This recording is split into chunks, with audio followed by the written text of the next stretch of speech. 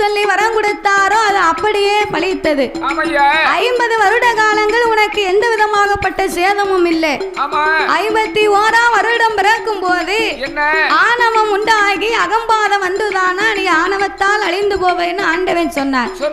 அவர் சொன்னபடி அம்மாளுக்கு 51ஆம் வருடம் பிறகு ஆணவம் அகம்பாதம் சேர்ந்தே பிறகு ஆணவம் வந்து விட்டதையானா அது அழிவுக்கு சமம் என்று சொல்லுவார்கள்.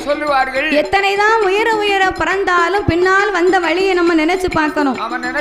ஒரு காலத்துல நம்ம எப்படி இருந்தோம், நம்ம என்னமா கஷ்டப்பட்டோம், யாரெல்லாம் நமக்கு உதவி பண்ணினாங்க, யாரெல்லாம் நம்மள கை கொடுத்து தூக்கி விட்டாங்க அப்படின்னு ஒரு காலகட்டத்துல